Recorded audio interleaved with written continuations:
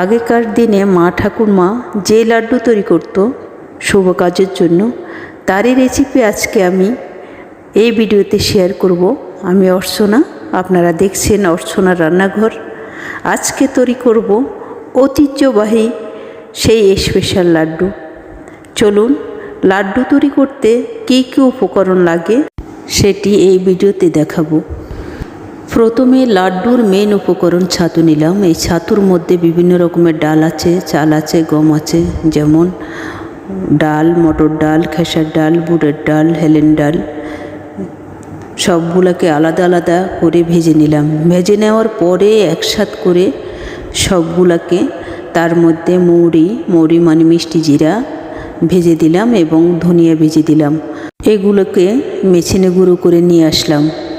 একটা কড়াইতে 1 লিটার পরিমাণ দুধ নিলাম, লিকুইড দুধ। এখানে